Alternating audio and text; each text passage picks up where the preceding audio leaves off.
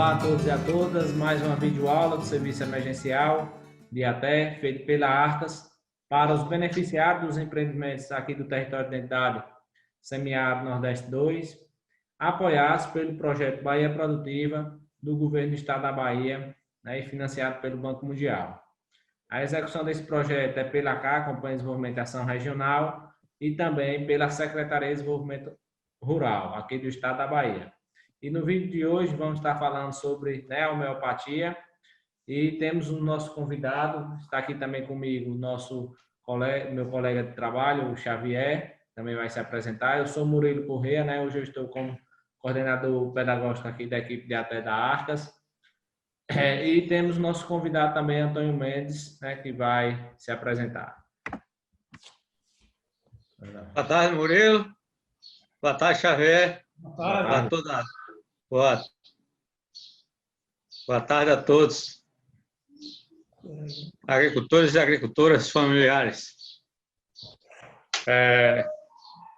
Nós vamos fazer esse trabalho para levar ao público da agricultura familiar a tecnologia da homeopatia, que podemos chamar também de agrohomeopatia, como alguns preferem. Mas a homeopatia, eu diria que ela é única, né? É aplicada aos seres vivos. Mais tarde nós vamos estudar um pouquinho disso aí. Então, ela tanto é aplicada para a espécie humana, como para os animais, como para os vegetais. E aí a gente vai tecer também um comentário sobre a homeopatia no geral, para que as pessoas entendam realmente o que é homeopatia. E muitas vezes é confundido homeopatia com fitoterapia. A fitoterapia é produzida, como todo mundo sabe, a partir das plantas. Pode ser extratos, chás. Enquanto que a homeopatia também são utilizadas plantas. Só que o processo que nós vamos explicar, o processo de dinamização, é diferente da fitoterapia.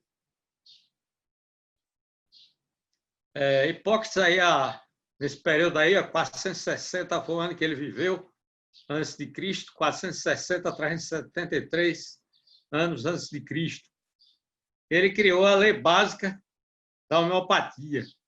Naquele tempo, ele não falava em homeopatia, mas ele disse que existia dois princípios, dois métodos de cura. Hipócrates é considerado o pai da medicina. Ele disse que tinha a cura pelos contrários e a cura pelos semelhantes.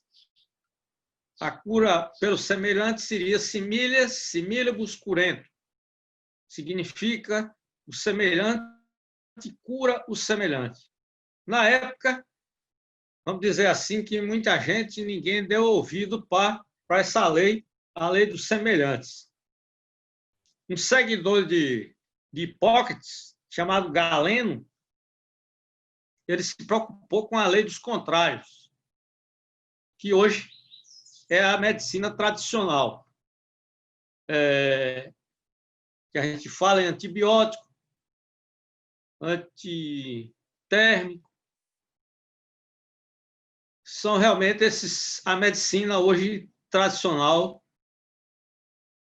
que foi desenvolvida a partir de Hipócrates, dando continuidade por Galeno. Vamos passando. Porém, como aí está Samuel Hahnemann, nasceu em 1755, morreu em 1843. Nasceu na Alemanha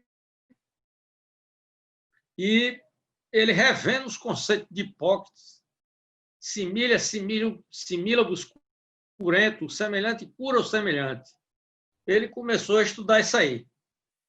Foi um médico alemão que, ainda menino, ele questionou a metodologia de ensino na escola. Ele foi repreendido e foi levado à diretoria.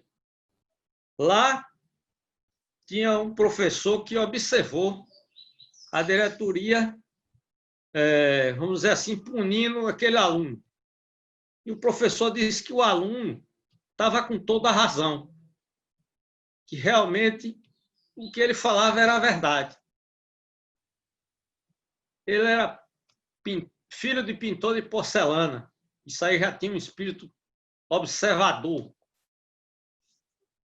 Aí o professor começou a proteger ele na escola. Chegando a época de ir para a faculdade, o professor procurou a família dele e demonstrou a vontade que ele fizesse medicina. Porém, os pais não queriam, porque eram pintores de porcelana. Queriam continuar, que ele continuasse como também um pintor de porcelana. A medicina, na época, dava muito status, mas também não tinha, financeiramente, não era boa. Então, ele prometeu à família, e, vamos dizer, cumpriu, dar uma bolsa para que o Hahnemann estudasse, fizesse medicina. Então, ele forma em medicina, passa a ser um grande cientista na Alemanha, um médico cientista muito famoso, mas ele observava o sofrimento das pessoas com a medicina que era praticada. Ele via amigos, familiares sofrendo nos tratamentos que naquela época não tinha quimioterapia, não tinha radioterapia, mas ele já achava que os tratamentos eram pesados. Então ele começa a querer abandonar a carreira. Vem a desilusão com a profissão. Então, ele abandona a medicina. Comunica a todos os seus clientes, seus amigos, que a partir daquela data ele não vai ser mais médico. Então, ele começa a traduzir livros, num contrato que ele fez com a biblioteca, para traduzir livros. Ele que falava 9 idiomas. Mas nesse contrato, ele não iria traduzir livros de medicina. Porém, a certa época, adoeceu a filha de um conde alemão. Ela adoeceu de malária. Malária foi levada da América do Sul para a Europa. E ele teria que traduzir esse livro, A Cura da Malária pela Quina. Ele recusou, mas a princípio, mas depois acabou aceitando. E por que ele começou a investigar? Por que a quina cura a malária? Diziam que a quina amargava. Ele dizia que tinha muitas plantas que amargavam e que não curava a malária. Porque a quina era da Amazônia, da América do Sul. Também tinha outras plantas que são da Amazônia, essa região aí, e que não cura a malária. Então, ele começou, revendo esses conceitos de Hipócrates, semelhante cura o semelhante, ele começou a fazer preparados com a quina e tomar. Aí começa toda a descoberta. Ele começa a tomar esses extratos, chás, e ele sentia um dia que estava adoecendo, que ele estava contraindo a malária. Calafrios, febres, sintomas de malária. E então ele começou a pensar que ele estava ficando meio doido. Rapaz, eu acho que eu estou ficando doido. Eu estou com essa doença. Então ele parou de tomar uns tempos. Depois resolveu continuar. Convidou a família, alguns médicos, que eram seus amigos, para observar todos os detalhes. O que é que acontecia quando ele tomava desordenadamente, vamos dizer, a quina. Então, eles descobriram que a quina provocava uma doença artificial no homem são. Essa doença semelhante à malária. Poderíamos dizer que é uma malária artificial no homem são. Então, a partir daí, ele concluiu: por que é que o semelhante cura o semelhante? Por que Hipócrates dizia que o semelhante cura o semelhante? Por quê? Porque a quina cura a malária. Porque a quina ela provoca no homem são uma doença semelhante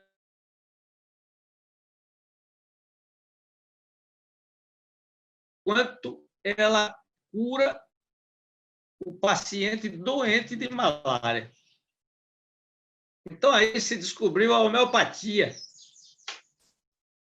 A partir daí, se descobriu a homeopatia. Interessante contar um pouco essa história para as pessoas entenderem esse princípio da semelhança. Por que é que o semelhante cura o semelhante?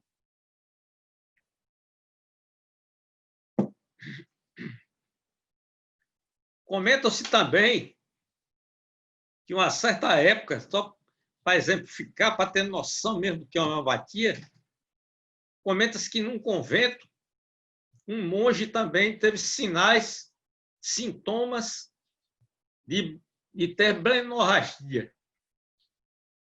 Porém, ele é enclausurado num convento e os superiores acharam que ele estaria pulando um muro. Só se ele estivesse pulando um muro.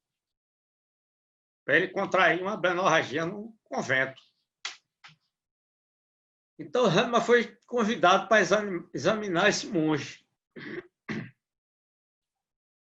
Chegando lá, ele, começando a fazer o diagnóstico, ele consultou quais eram os hábitos daquele rapaz.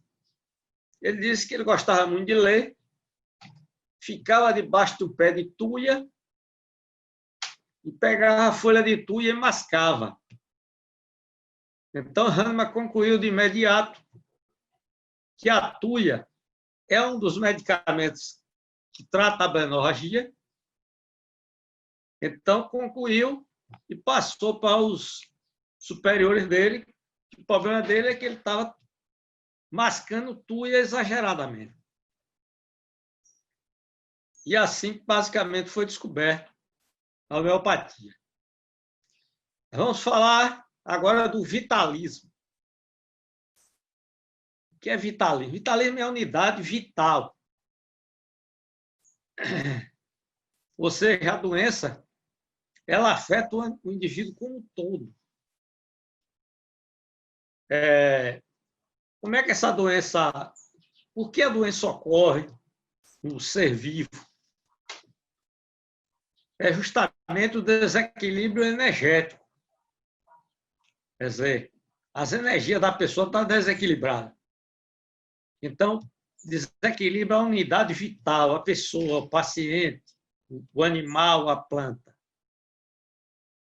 Enquanto a alopatia cuida dos sintomas localizados, que é a lei dos contrários, como falamos, antibiótico, antitérmico, e etc., a homeopatia cuida do paciente como um todo, visando equilibrar essa energia.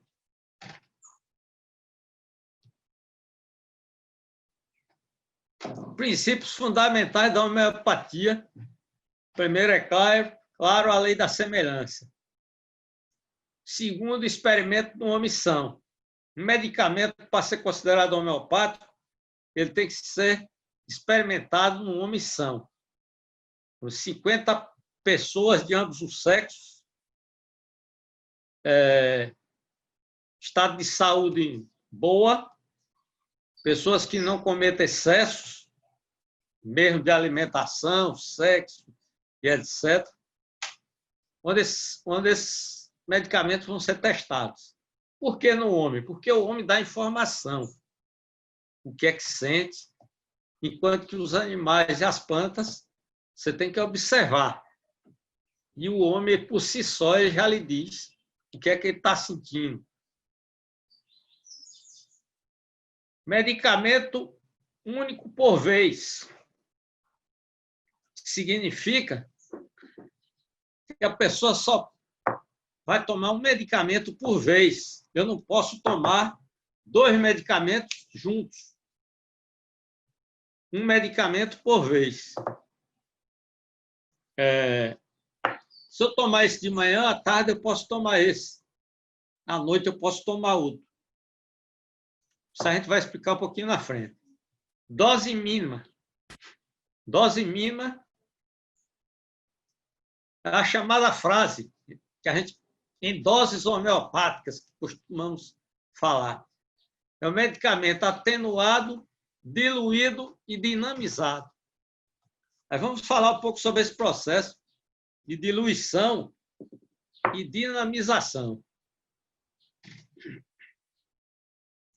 Primeiro a gente pega a planta, vamos começar pela planta, que tem outros materiais também, mas vamos dizer que eu peguei a planta, eu vou dizer aí uma erva cidreira. Eu peguei essa planta e vou macerar ela um cadinho de louça, um pistilo também de louça,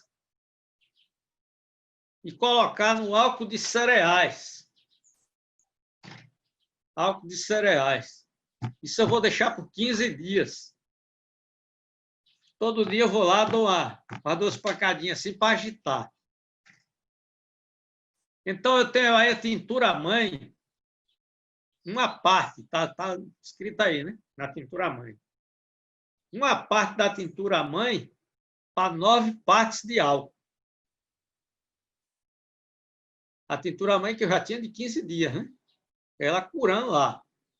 Aí eu vou pegar uma parte dessa tintura mãe e colocar mais 9 partes de álcool. Vou pegar o frasco e vou bater 300 vezes. Isso chama sucções. Então, a partir disso aí, dá uma parte da tintura mãe, 9 partes de álcool, mais 300 sucções, eu tenho um medicamento 1X. Que seria o primeiro medicamento produzido desse extrato. Tem medicamentos que são interessantes você usar em 1X. O X é a potência, que significa 10. Uma parte da tintura mãe e 9 partes de álcool, a gente vai ter 10. Ou seria 1 para 10, mais ou menos isso. É 1X. Mas se meu medicamento ele não age bem no 1X, eu preciso elevar a potência, energizar mais esse medicamento. E diluir também. Então, eu vou pegar uma parte do 1X, vou colocar mais 9 partes de álcool, vou fazer 300 sucções, eu vou chegar ao medicamento 2X. Essas batidas também chamadas de sucções, você coloca um livro grosso, uma flanela, para poder você bater o frasco nesse aparato aí para fazer essa energização. Isso vai sendo liberado a energia daquela planta. Mas eu ainda não vou usar esse medicamento em 2X. Então, eu pego uma parte do medicamento 2X, já está produzido 2X, pego mais 9 partes de álcool, mais 300 sucções, eu vou chegar ao medicamento 3X. Então, é uma potência e tem muitos medicamentos que agem bem em 3X. Por exemplo, a arnica. A arnica é um medicamento para pancada, para torções, para dor. A arnica ela age bem em 3X. Mas na homeopatia não para aí. no 3x. Você pode ir até... Aqui na nossa escola da Bahia, geralmente a gente usa até 30x. Mas vocês vão ver por aí que no sul do país vai ter outra nomenclatura que foi desenvolvida por Hahnemann, que usa uma parte do medicamento para 99 partes de álcool. Aí seria outra escala chamada de CH, que também foi aprovada, foi desenvolvida por Hahnemann. Essa de 1 para 10 foi desenvolvida por um discípulo de Hahnemann, o Hering. Então, a gente pode, a partir do 3x, eu posso ir para 4x, 5x, 6x. Na agricultura, geralmente, a gente usa muito 6x. Origem dos medicamentos. Eles podem ter de origem vegetal, plantas, pode ser de origem mineral, enxofre, o cobre, o ouro, o ferro, vários minerais. E animal também a gente pode usar, tanto o animal completo, como parte de animais, como secreções dos animais.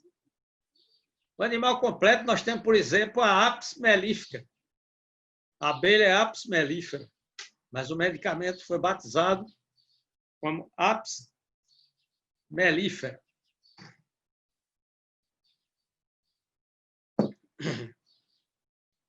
Apis mellifera é um medicamento que é usado justamente quando a pessoa tem inchaços muito parecidos com picada de abelha.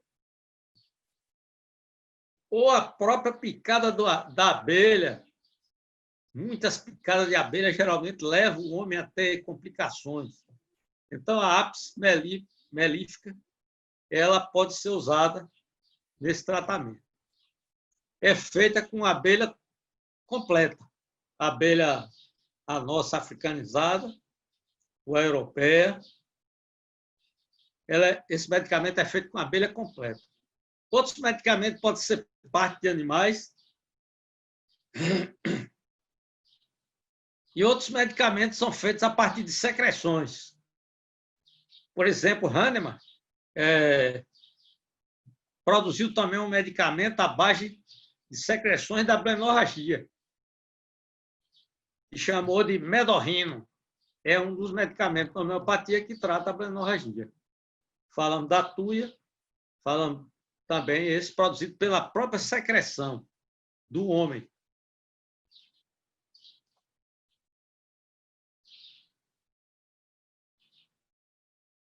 A homeopatia, as vantagens da homeopatia é que ela respeita a harmonia com a natureza, a ecologia, o bem-estar animal. Os produtos da homeopatia, carne, leite, são livres de contaminantes químicos, não possuem efeitos colaterais.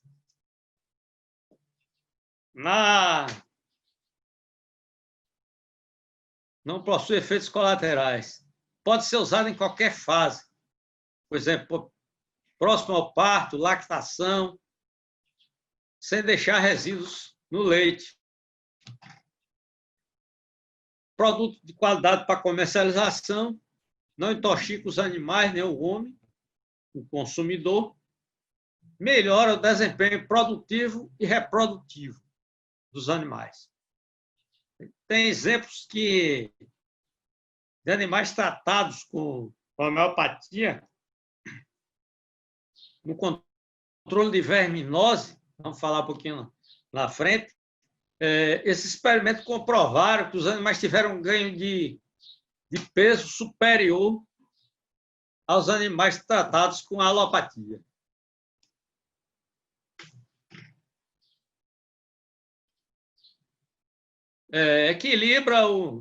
Melhora a absorção de nutrientes, de cálcio, fósforo e outros nutrientes. efeito primário e efeito secundário do medicamento. Como é isso? O que é efeito primário? O que é efeito secundário? Efeito primário é o caso do medicamento que usamos da medicina tradicional, chamamos de alopatia. Esse medicamento ele age diretamente sobre o indivíduo, sobre a doença, sobre o indivíduo. Enquanto que na homeopatia é diferente. É chamado efeito secundário. O medicamento homeopático, ele informa ao indivíduo que ele está com um problema. E o próprio organismo é quem reage. Com aquela informação, o organismo reage e ocorre o tratamento, a melhora. Melhora a imunidade, já falamos, aumenta a produtividade, e ela leva em consideração, examina o indivíduo e não só a doença. A doença, ela muitas vezes está até localizada, mas o problema pode vir de outros setores da pessoa, né? Vamos dizer assim. É tanto que a homeopatia ela atua não só no corpo físico, não só no físico do indivíduo, mas também na mente e também no psíquico. Isso é interessante porque uma coisa pode vir da outra. A doença pode começar vamos dizer assim, no corpo material e depois se estender ao corpo mental, ao mental e ao psíquico. E pode vir também em outro sentido, do psíquico, mental, vir para o corpo físico. Ela pode ser gerada dessas duas formas. E aí a homeopatia trabalha esse tratamento globalizado. Para ter uma ideia, tem medicamentos que são utilizados tanto em plantas como nas pessoas. Vou dar um exemplo de pessoa. Eu gosto de comentar deixar bem claro que eu não sou médico, né? Sou agrônomo, mas o conhecimento que a gente lê, eu queria dar um exemplo humano. Eu faço nas palestras, geralmente eu faço esse tipo de comentário. Eu acho interessante, o pessoal até gosta. Eu digo que o cara termina com a namorada. E a namorada aí ela vai ter dois comportamentos. Ou ela vai ficar com saudade do cara, ou ela vai ficar com rancor do cara. Então, isso é psíquico, né? Mental. Então, o que acontece? Se ela tiver saudade da pessoa, ela vai ter um medicamento na homeopatia para esse tratamento dessa saudade. Para ela começar a se libertar. Mas se ela tiver rancor, não é o mesmo medicamento, já é outro. Então, a homeopatia trabalha muito essa parte psíquica mental. Eu até defendo que os psicólogos deveriam estudar a homeopatia, que até hoje eles não estão enquadrados nesses grupos, que hoje trabalham a homeopatia. Hoje já existem cursos que envolvem médicos, o que eu tomei, por exemplo. A nossa turma tinha médicos, tinha dentistas, tinha farmacêuticos, veterinários e agrônomos, mas não tinha psicólogo, não aceitava psicólogo. Então, eu acho que o psicólogo seria muito importante entrar nesse grupo. Aumenta a produtividade, como eu já falei. A homeopatia é libertadora, dá maior independência econômica, baixo custo para a agricultura, para a pecuária. Não agride o homem, os animais, o solo e as plantas, sempre respeitando a natureza.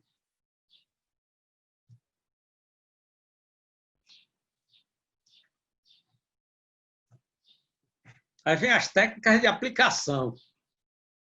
tem 3 técnicas de aplicação. Tem os unicistas, alternistas pluralistas e complexistas.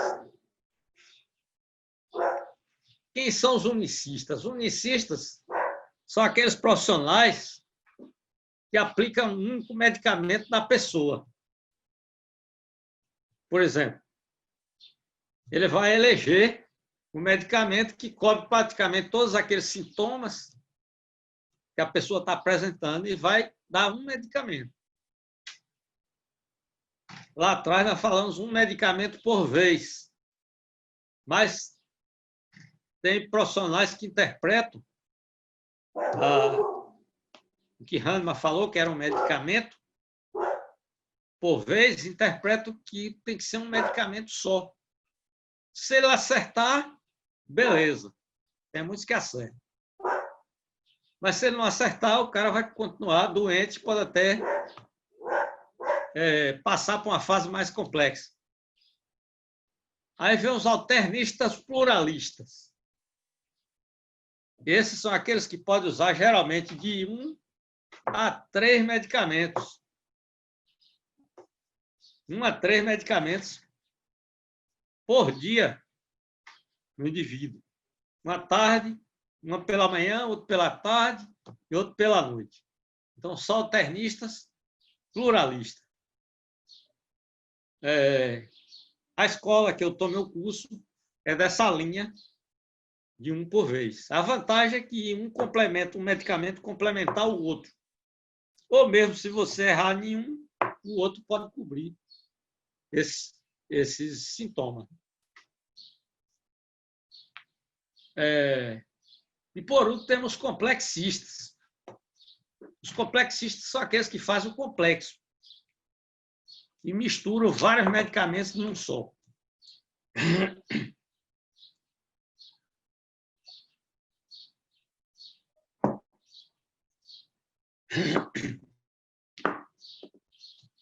Então, aí nós temos os 3, resumindo aí, as 3 formas de aplicação. Unicistas, alternistas ou pluralistas e os complexistas. A utilização da homeopatia pode ser feita de modo preventivo, para prevenção de doenças, por exemplo, tem medicamentos usados para prevenção da boba aviária, tratamento da boba das galinhas. Outros medicamentos são curativos e servem para tratar. E tem medicamento que eles podem ser usados preventivamente, por exemplo, numa dinamis, Atuia 30X, que pode ser utilizado na prevenção da boba das aves. E também a Atuia 6X pode ser usada como curativo. Então, o mesmo medicamento pode ser usado em fases preventivas e curativas. A potência, quando nós falamos, a potência em homeopatia, mais uma linha aqui.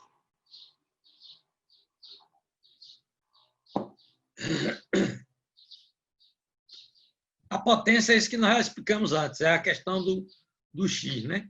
É aquela diluição. Quanto mais eu diluo e mais faço sucções, eu vou aumentando a potência.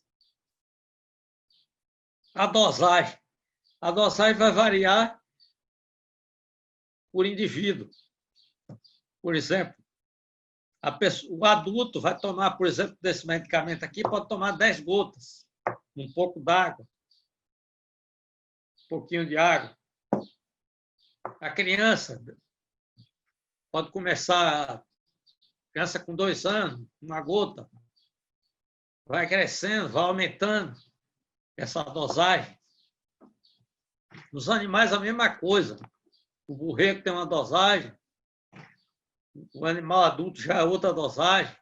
Então, a gente vai aumentando de acordo com o peso, com a idade. A dosagem em homeopatia. O sucesso da homeopatia também é o medicamento certo, a escolha do medicamento certo, a eleição do medicamento certo, na hora certa e também naquelas frequências.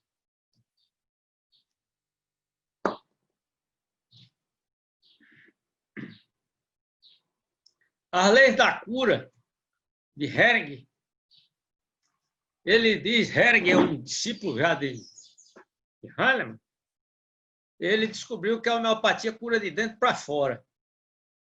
Quer dizer, a homeopatia elimina o que está dentro. Elimina a doença.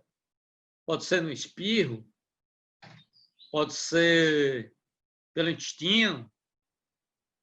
Tem que jogar para fora. Então, é de dentro para fora. De cima para baixo. Ela começa o indivíduo de cima para baixo. Ela trata dos órgãos mais importantes para os menos importantes. Tem também os medicamentos drenadores. Drenar, mais ou menos isso. Carrear isso para fora, jogar para fora. E tem também os antídotos. Antídotos não existem, vamos dizer assim, antídotos. Mas existem medicamentos que podem anular a ação de outro. Então, você toma medicamento homeopático, às vezes você exagerou um pouquinho na dose, e vai precisar barrar aquilo ali, aí você vai tomar um antídoto. Por exemplo, a cânfora, ela pode ser um antídoto de qualquer outro medicamento. Então, você não pode, você vai tomar um medicamento para tratar uma doença. E muitas vezes você toma a cânfora também, ou usa a cânfora em qualquer outro produto, numa pomada, em alguma coisa, você pode anular aí o efeito da homeopatia. Como também medicamentos homeopáticos, eu estou com esse aqui perto do computador, porque ele está vazio. Ele não pode ficar exposto ao sol, ele vem num frasco âmbar escuro, ele não pode ficar perto de celular, raio-x, eletroeletrônicos, perfume, comidas. Esses medicamentos têm que ser conservados no local afastado de tudo isso. Na época, Hahnemann, ele disse que existia 3 miasmas de Hahnemann.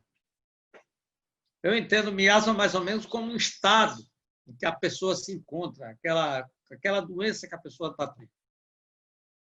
Ele disse que tinha o miasma psórico, que é a psora, esse termo foi criado por Hahnemann, psoríase. O psicótico, que é uma psicose, e o sifilítico, que é a sífilis.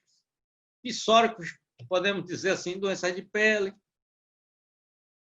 a verminose de ovinos, são psóricos, são psoras, psoríases, e que a gente vai usar o medicamento psórico. O medicamento psórico mais utilizado nesse tratamento é o sulfo. Hahnemann elegeu o sulfo, mas pode ter outros. Na psicose, a psicose seria a multiplicação celular. Verrugas, miomas. Pode acontecer no humano, pode ser nos animais, nos caninos. Então, o medicamento mais usado para esse tratamento de multiplicação celular é a tuia. A tuia. E também tem o miasma sifilítico, que é a sífilis. A sífilis é destrutiva. Então, o medicamento mais utilizado nesse miasma de Hahnemann é o mercúrio, porque o mercúrio é destrutivo. Ele pode destruir até a mente do cara. Então, como ele destrói, o indivíduo são, ele trata o inimigo doente. O indivíduo doente, aliás. Então, naquela época, não tinha o câncer. Esse seria o miasma cancerígeno, né? Mas, na época, não tinha. Então, foram eleitos esses 3, eu diria assim, que estados que o indivíduo pode passar. Até a Distância é uma adaptação das atividades de assistência técnica e extensão rural do Bahia Produtiva, projeto do Governo do Estado da Bahia, por meio da Secretaria de Desenvolvimento Rural do Estado da Bahia, executado pela CAR, Companhia de Desenvolvimento e Ação Regional, com recursos provenientes de acordo de empréstimo com o Banco Mundial.